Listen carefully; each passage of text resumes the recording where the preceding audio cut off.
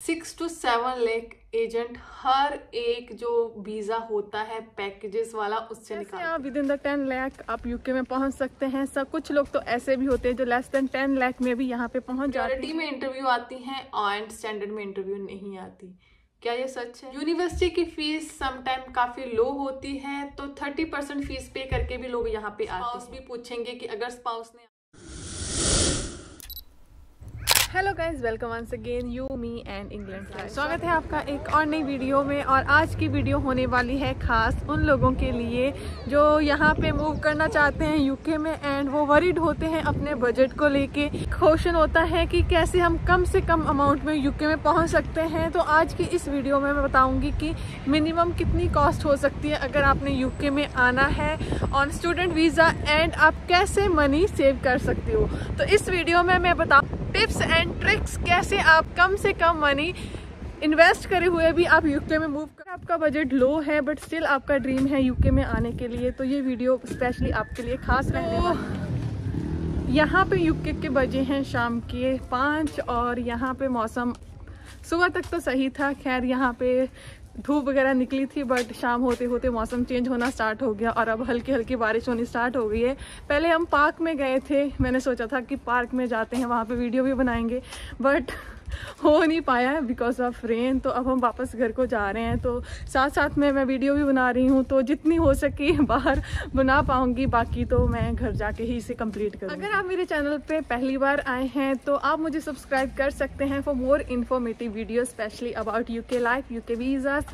ये चैनल आपके लिए हेल्पफुल रहने वाला है अगर आप यूके में मूव करने का प्लान करें। अगर आप यूके मूव कर भी चुके हैं तब भी इस चैनल पर काफ़ी ऐसी वीडियोज़ मिल जाएंगी जो किसी ना किसी वे में आपकी हेल्प करेंगी। तो please subscribe guys if you are new at my channel. तो अब स्टार्ट करते हैं आज की। रिसेंटली मुझे काफ़ी मैसेजेस आ रहे थे कि जो कंसल्टेंट है वो काफ़ी ज़्यादा पैसा चार्ज कर रहे हैं, स्पेशली जो पैकेजेस वगैरह में आते हैं वहाँ पे तो कंसल्टेंट 25 लाख तक मांग लेते हैं अगर आप 2 पर्सन आ रहे हैं, और अगर आप सिंगल भी आ रहे हैं तब भी 18 लाख तक या 15 लाख तक आराम से मांग लिया जाता है। तो लोग एक्चुअल में जानना चाहते हैं कि कितनी कॉस्ट आती है यूके के लिए और कहाँ से वो मनी सेव कर सकते हैं अगर वो पैकेज नहीं लेना चाहते। तो उसी के बारे में ये पूरी वीडियो होने वाली है। तो स्टार्ट करते हैं। बेसिकली मैं स्टार्टिंग में आपको बता देती हूँ यूके में जब आप मूव करते हो तो बेसिकली जो आपका खर्चा होता है वो कौन सी चीज़ों पे होता है। जो फर्स्ट होती है सबसे इम्पॉर्टेंट वो तो ऑफकोर्स आपकी यूनिवर्सिटी की फीस ही रहेगी। उसके बाद जो नेक्स्ट आपके एक्सपेंसेस होते हैं वो होते हैं आपके मेडिकल के आफ्टर यूनिवर्सिटी फीस। एंड उसके तो बाहर बारिश होने लगी थी तो हम घर पे आए और घर पे आते आते फिर से धूप निकल चुकी है। यहाँ का वेदर ऐसा ही है, पल में धूप पल में बारिश, कभी भी कुछ भी हो जाता है। तो खैर आगे की वीडियो में यहीं से कंटिन्यू करूंगी। तो स्टार्टिंग में आपको बताती हूँ एज ए स्टूडेंट अगर आपने यहाँ पे मूव करना है तो बेसिकली क्या खर्चा आपका रहता है।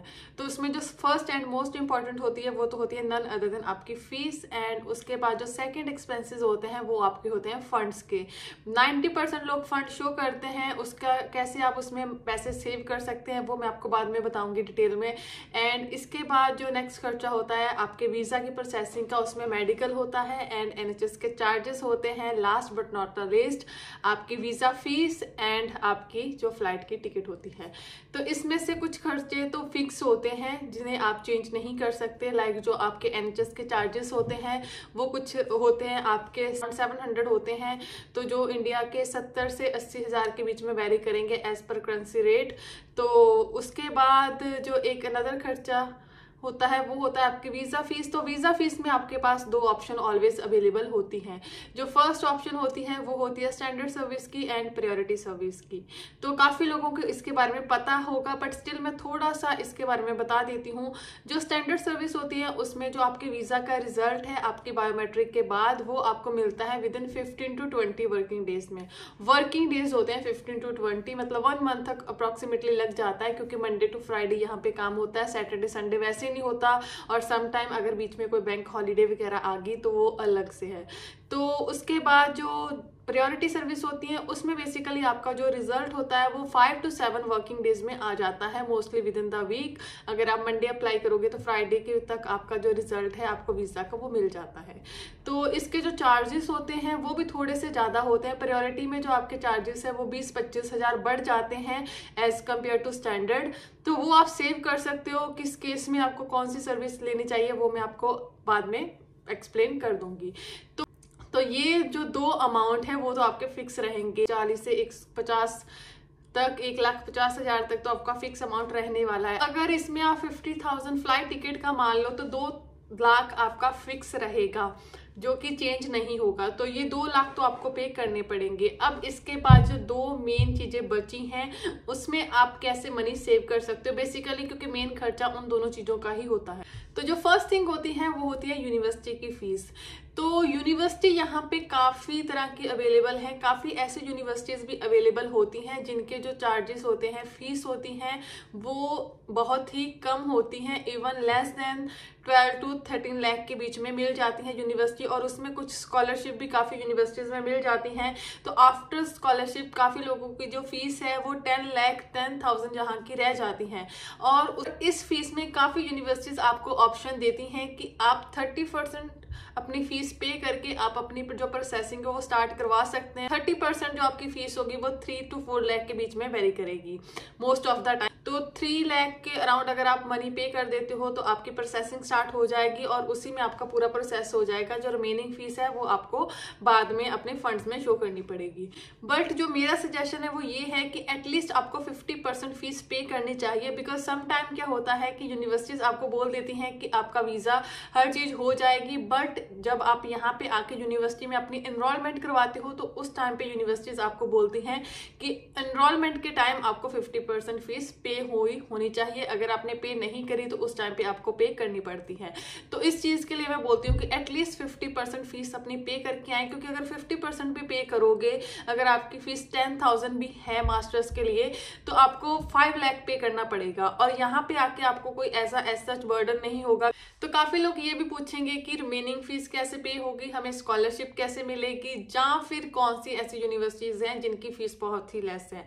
तो प्रोबेबली इस वीडियो के बाद जो मेरी नेक्स्ट वीडियो होगी वो इसी टॉपिक के बारे में होंगी, इन 3 चीज़ों के बारे में, स्कॉलरशिप, रिमेनिंग फीस एंड जो less expensive most economical universities है यूके में, उसी के बारे में मैं नेक्स्ट वीडियो बनाने वाली हूँ। तो इसके बाद होपफुली 1 or 2 डेज में आप उस वीडियो को देख सकते हो। जो लोग बोलते हैं कि वो 5 to 7 लाख पे करके ही यूके में पहुंच गए हैं, वो बेसिकली वही लोग होते हैं जो अपनी 30% फीस पे करके यहाँ पे आते हैं।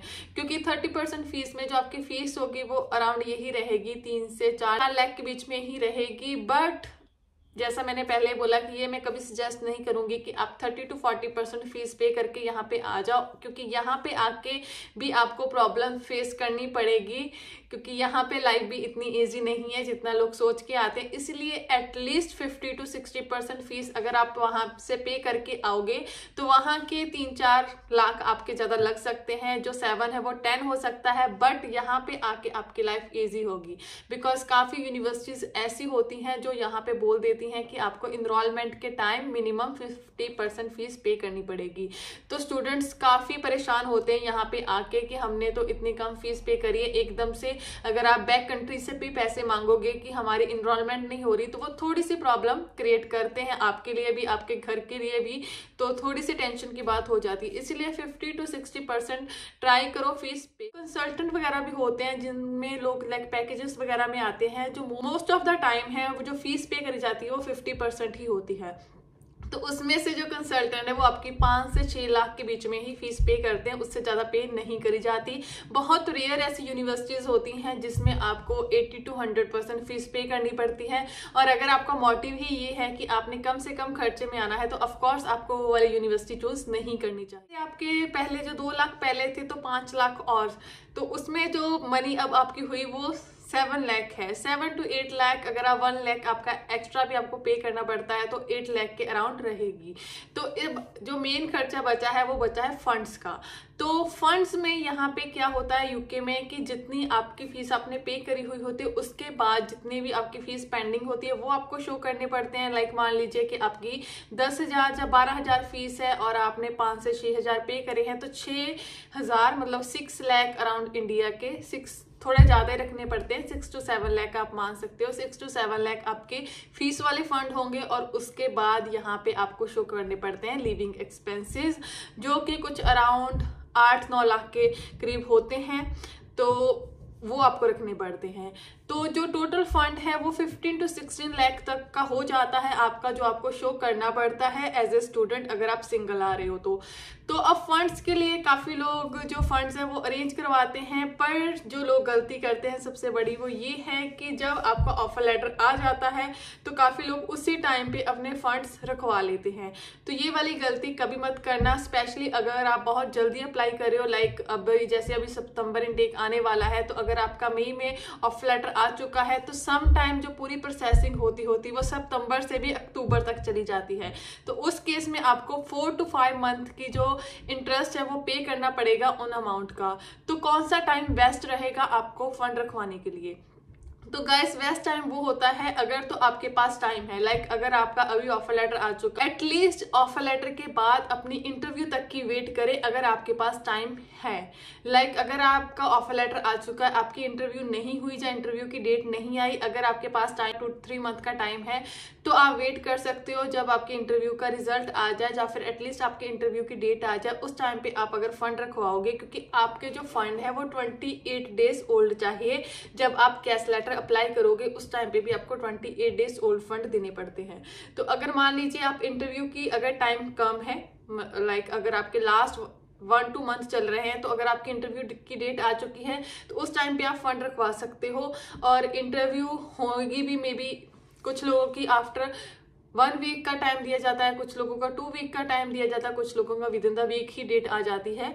तो उसके अकॉर्डिंग लाइक रिजल्ट आते आते मिनिमम 10 डेज निकल जाएंगे आप। उसके बाद आपको 18 डेज और निकालने हैं, फिर आप अपना जो कैश लेटर है वो अप्लाई कर सकते हैं। तो ऐसे आपके एक्स्ट्रा जो टाइम है वो नहीं होगा, तो उसमें आपको 18 डेज वेट करनी पड़ेगी। बट जैसे ही आपके फंड रेडी हो जाएंगे आप यूनिवर्सिटी को भेज के कैश लेटर अप्लाई कर सकते हो। एंड 15 डेज लगते हैं मोस्टली, अगर आप टाइम पे लाइक अगर आपकी क्लासेस स्टार्ट होने वाली हैं तो मोस्टली 15 डेज में आपका कैश लेटर आपको मिल जाता है। तो 28 डेज वो हुए फंड्स के, और उसके बाद 15 डेज आपके होते हैं further visa processing and all those thing के। तो 2 मंथ हो गए, और जो फंड्स होते हैं वो आपने रखने होते हैं जब तक आप यहाँ पे पहुंच नहीं जाते। ऑन एन एवरेज आपको 3 मंथ के लिए जो अपने फंड्स हैं वो रखने पड़ेंगे अपने अकाउंट में, अगर आप सही टाइम पे अपने फंड रखवा रहे हो। बट अगर यही फंड्स आप पहले रखवाओगे तो सम टाइम 4 to 5-6 मंथ तक भी लोग ऐसे इंटरेस्ट देते हैं, जिसके कारण काफी जो मनी है वो इंटरेस्ट में ही चली जाती है। आपके पास टाइम कम है, लाइक सितंबर आने वाला है मान लीजिए, और आपका ऑफर लेटर ही लास्ट जुलाई में आया है, तो ऑब्वियसली आपकी इंटरव्यू जल्दी हो जाएगी और आपको हर चीज़ जल्दी करनी पड़ेगी, क्योंकि हर यूनिवर्सिटी की एक डेडलाइन होती है कैश लेटर इशू करने की या कैश लेटर अप्लाई करने की मोस्टली। तो उस डेट से पहले आपको कैश लेटर अप्लाई करना पड़ता है। अगर इन केस ऐसा आपका कोई सिनेरियो है तो आपको ये चीज़ ध्यान रखनी पड़ेगी कि आपकी यूनिवर्सिटी की डेडलाइन क्या है कैश लेटर की। जो भी आपकी यूनिवर्सिटी की कैश लेटर की डेडलाइन है उससे आपको एटलीस्ट मोर देन 1 मंथ पहले ही अपने फंड रखने पड़ेंगे, ताकि जो डेडलाइन जो उनकी वो डेडलाइन वाली डेट है आप उससे पहले अपने पूरे डॉक्यूमेंट्स रेडी करवा के आप अपना कैश लेटर अप्लाई कर पाओ। ये चीज़ बहुत ही ध्यान रखने वाली है गाइस। ऐसा ना हो कि यूनिवर्सिटी की डेडलाइन आ जाए और उस टाइम पे आप जस्ट फंड रखवा रहे हो, देन आप कैश अप्लाई नहीं कर पाओगे, देन यूनिवर्सिटी आपको डेफर कर देगी नेक्स्ट इनटेक के लिए। तो इस चीज़ का भी आपको काफ़ी ध्यान रखने पड़ेगा जब आप फंड आपको किस टाइम पे रखने। तो इंटरेस्ट तो रेट क्या चल रहा है वो तो पता नहीं मुझे, बट ऑन एन एवरेज लोगों का 1 लाख से 1.5 लाख के बीच में जो खर्चा है वो फंड शो करवाने का लग जाता है नॉर्मली।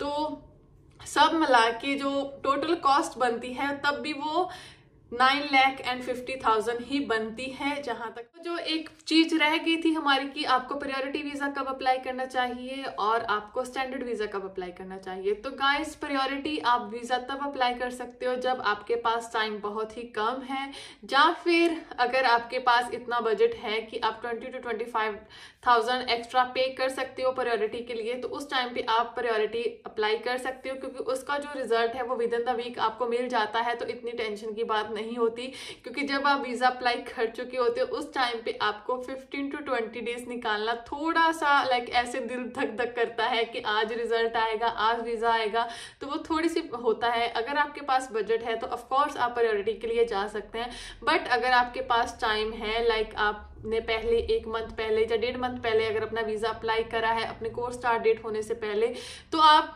नॉर्मल स्टैंडर्ड सर्विस भी ले सकते हो। उस टाइम पे आपको थोड़ी वेट करनी पड़ेगी, बट आपका वीजा तो आपको मिल ही जाएगा। एंड आपके पास अगर टाइम है तो कोई प्रॉब्लम की बात नहीं है। उस टाइम पे आपके 20 to 25,000 सेव हो जाएंगे एंड आप वही मनी अपनी शॉपिंग वगैरह में खर्च कर सकते। तो इसी के साथ जो एक डाउट लोगों का होता है कि लोग बोलते हैं कि अगर आप प्रायोरिटी सर्विस में अप्लाई करेंगे तो आपकी इंटरव्यू नहीं आएगी, अगर आप स्टैंडर्ड में अप्लाई करोगे तो आपकी एप्लीकेशन को व्यू करने का टाइम ज्यादा होता है, आपकी इंटरव्यू सकती है। तो ऐसा कुछ नहीं होता, ये सारे रूमर्स है। अगर आपकी इंटरव्यू आनी है एम्बेसी की तो वो प्रायोरिटी में भी आ जाएगी। प्रायोरिटी तो क्या, अगर आप सुपर प्रायोरिटी में भी लगवाओगे 1 दिन वाले में, तब भी आपकी इंटरव्यू आ जाएगी। अगर वीजा ऑफिसर को लगा कि आपके एप्लीकेशन में कोई ऐसी चीज है जिसके बारे में उन्होंने और ज्यादा जानना है, तो वो आपको इंटरव्यू के लिए कॉल करेंगे ही। तो ऐसा नहीं है कि अगर आप प्रायोरिटी में लगाएंगे तो आपकी इंटरव्यू नहीं आएगी और अगर आप स्टैंडर्ड में लगाओगे तो आपकी इंटरव्यू आ जाएगी, ऐसा बिल्कुल नहीं है। अगर आपको ये वाली चीज कोई बोल रहा है तो ये टोटली रॉन्ग। तो ओवरऑल था जो एक सिंगल स्टूडेंट आता है उसका खर्चा। अब काफी लोग स्पाउस भी पूछेंगे कि अगर स्पाउस ने आना है तो गाइस जो मेन खर्चा होता है, जैसे मैंने पहले ही बोला कि वो फीस एंड फंड्स का ही होता है। तो स्पाउस के केस में 2 स्टेप्स होते हैं, वो एक साथ होते हैं। आपकी वीजा फीस एंड आपके NHS के चार्जेस एंड टिकट, वो अराउंड 2 लाख आपको पे करना पड़ेगा एक्स्ट्रा, आप मान के चलिए। इसके बाद जो नेक्स्ट अमाउंट होता है वो होता है आपके फंड्स का। 7 लाख तक आपको शो करना होता है, 7 to 8 लाख के बीच में आप शो करवा सकते हो फॉर डिपेंडेंट। तो उसका जो इंटरेस्ट है वो आपको पे करना पड़ेगा फंड्स में, और जो फर्दर है वो 2 लाख और आपके लगेंगे जो फर्स्ट वाला प्रोसेस है। तो उसमें आपको 2 से 3 लाख का खर्चा और सेपरेट आ सकता है, उससे ज्यादा आपका कोई और खर्चा नहीं होता अगर आप एज ए डिपेंडेंट भी अपने साथ किसी को ला रही हो। तो जो मोटा मोटा खर्चा रहता है यूके के लिए वो इतना ही रहता है, अराउंड 10 to 12 लाख के बीच में ही रहता है। और जो कंसल्टेंट मांगते हैं वो मांगते हैं 18 लाख 20 लाख, तो मिनिमम 5 to 6 लाख वो हर एक पर्सन से निकालते हैं जो पैकेज करवाते हैं।